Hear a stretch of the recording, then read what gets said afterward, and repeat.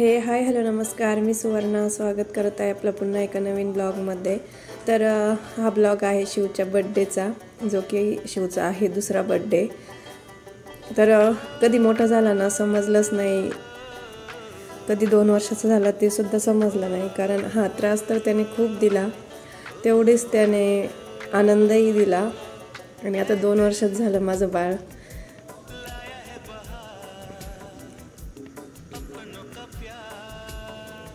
त्यानंतर इथे त्याच्या ऑक्शनची तयारी केली होती आणि तर त्याची चालू होती धमाल।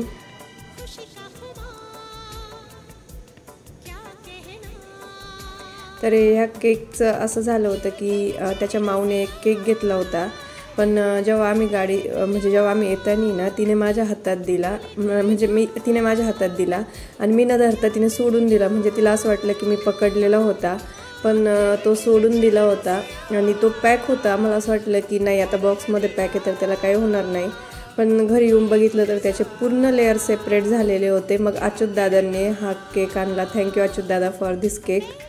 त्यानंतर इथे शिवचं त्याला टोपी वगैरे घालायचं काम सुरू होतं, पण त्याने काही ती ठेवली नाही। त्यानंतर त्याचं मी औक्षण करून घेतलं।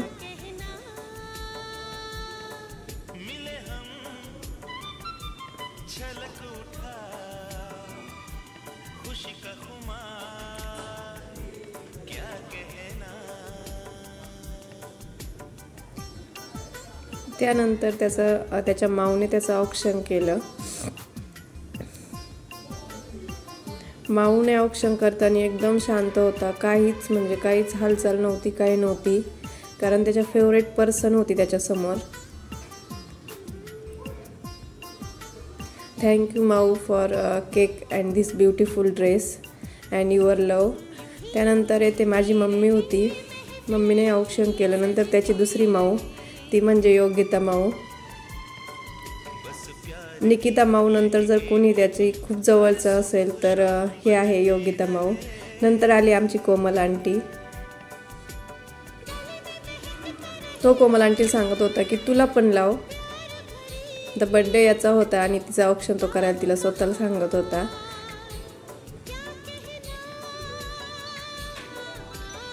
तो कोमल आंटी आणि अमोल काकांना चांगलं बऱ्यापैकी ओळखतो, म्हणजे तो आता बऱ्यापैकी सर्वांनाच ओळखतो। नंतर कोमल आंटीने औक्षण केलं आणि आमचा हिरो असा काही दिसत होता, त्याचा तो आनंद व्यक्त सुद्धा करत होता। नंतर म्हटलं चला केक कट करून घेऊया। केक कट करताना तुम्ही त्याचा आनंद बघू शकता, किती हॅप्पी होता तो।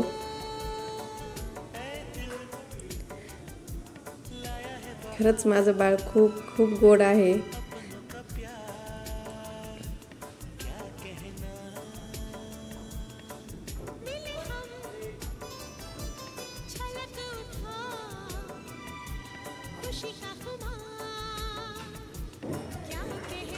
आमच्याकडे आता 2 कॅन्डल झाल्या होत्या, त्या पहिल्या केकची आणि एक ही दुसऱ्या केकची। त्यामुळे केक कट करताना आमच्याकडे कॅन्डल होते आणि केक खाताना सुद्धा आम्ही कॅन्डल लावली होती। नंतर हे होते आमचे जेंट्स लोक, जे की आलेले होते बर्थडेसाठी।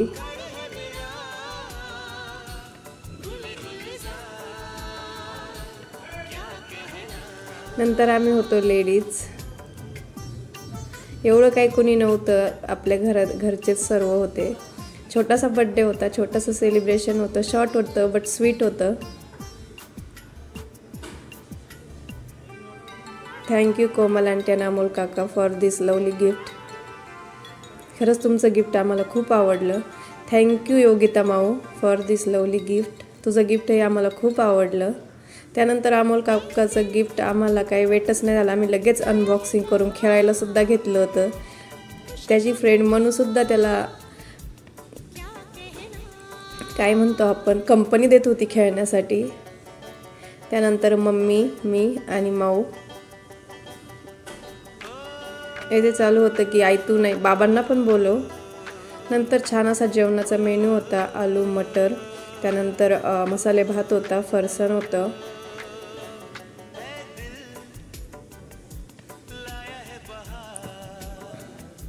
एवढं काही बनवलेलं नव्हतं, आपलं साधं सोपं होतं. आणि आता आमची 4 व्हीलर आली, कार आली म्हणजे आम्हाला सर्व टाईम तिच्यावरतीच राहायचं असतं. आता बड्डे होता, 4 व्हीलर आली होती म्हणजे राईड तो बनती आहे, त्यामुळं सर्वांना तो राईड देऊन बघत होता. म्हणजे तो राईड देत होता आणि राईड घेत होता आणि सर्व त्याला बघत होते.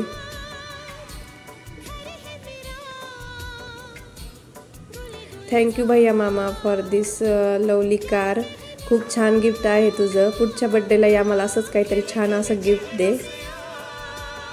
त्यानंतर आम्ही छोटीशी मेमरी कलेक्ट केलेली आहे. ही आहे आमची छकू दीदी. ह्या मेमरी कायमसोबत राहतील. खूप छोटंसं सेलिब्रेशन होतं, पण खूप स्वीट होतं ते. खूप छान वाटत होतं आणि माझं बाळ खूप खूप खुश होतं. ही आमची फॅमिली.